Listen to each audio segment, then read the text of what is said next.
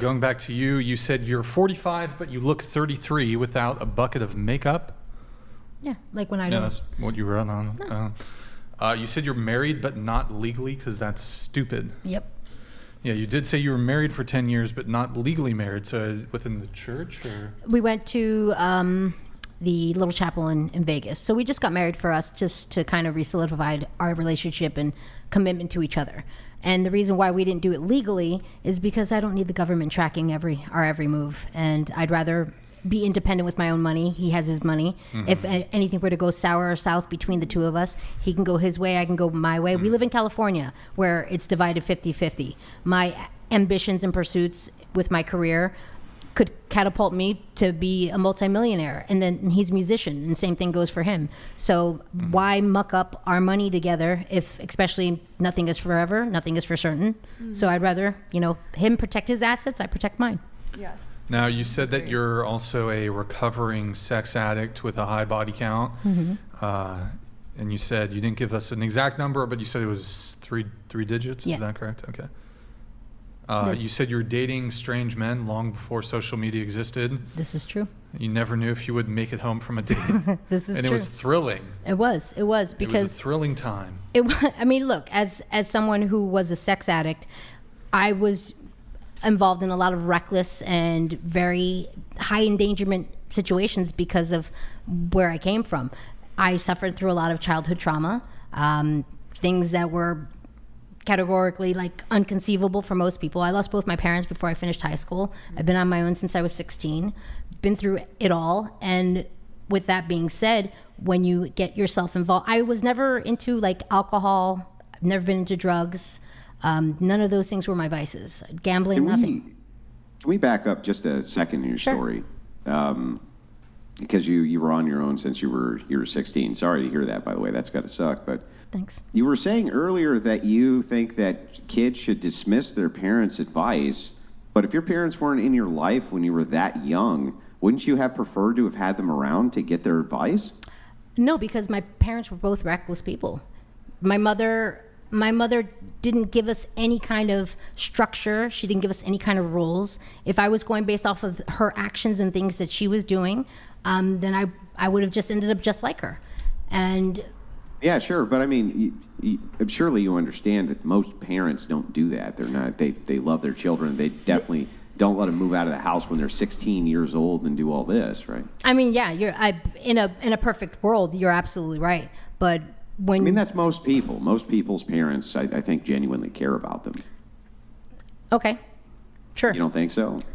That's not been my personal experience, so I can't say for everybody else. I know a lot of other people who've had similar experiences to mine where their parents weren't necessarily giving them structure and rules and kind of guidelines in life. So everyone's journey is different, and I mean, I agree with that. And I was being a little bit more sarcastic, not necessarily, Yeah, if you're raised in a two-parent household, generally speaking, the outcomes are the things that you might consider good outcomes, higher education, more stability, less promiscuity, things like this.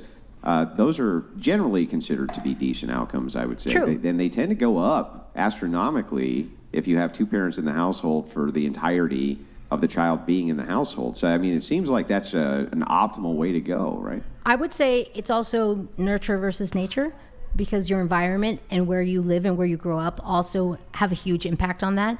I've found in my personal experience that a lot of people from bigger cities and New York, I'm from New York originally, people more in the city are going to have a completely different type of lifestyle than someone who grows up in Montana or Colorado even. I feel like more of the core traditional values are still in the Midwest. People attribute a lot more of that in the middle. I think there's a lot more lawlessness. But even in those liberal progressive cities, having a two-parent household still is going to lead to what are generally considered good outcomes for children. I didn't have the benefit of having that. I mean, I always grew up in a one-person household. I understand you didn't, but why would you prescribe to others not to listen to their parents if their outcomes seem to be so much better if they do? I was fucking around. I mean, she's a comedian. I'm a comedian. I'm a stand-up comic. So okay, so you said you were a sex addict. I'd like to get. That's why women shouldn't be comedians. No, I'm kidding. I'm joking. Sorry. I like you, Andrew. You're all right in my book. I'm a likable guy. So you said you were a sex addict. I'd like a little more scope on that. So what does that look like for you? A sex addict was someone who was reckless in promiscuity. You know what I mean? Like, I sleep with the first person who was into me.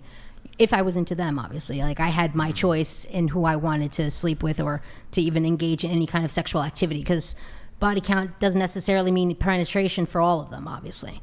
But with that being said, I would use sex as my coping mechanism. If I was sad, if I was depressed, if I was angry, if I was happy, sex was my go-to thing to release that, to heighten that. Like, if I had a good show or something, I'm gonna go fuck somebody because it was a good show. If I was depressed about a show, I'd go fuck somebody to make myself feel better. Okay. That's what that looks like. So let's say in a day, what's the most amount of people you had sex with in a day? Ooh, that's a dirty question. I don't know, couple, maybe 2, 3 in a day. 2 or 3. What about in like a week? What's the most in a week? Ooh, man, I don't know if I remember that. This was way back in like 2002, 2003. Give us a range. In a week, I don't know. Could be anywhere between 5 and 10 in a week. 5 and 10. Okay. What about in a month? Well, if we're taking the most in a month. The most in a month, maybe 15. Okay. In a month. All right. I was just trying to get a scope or sense of the extent of the sex addiction.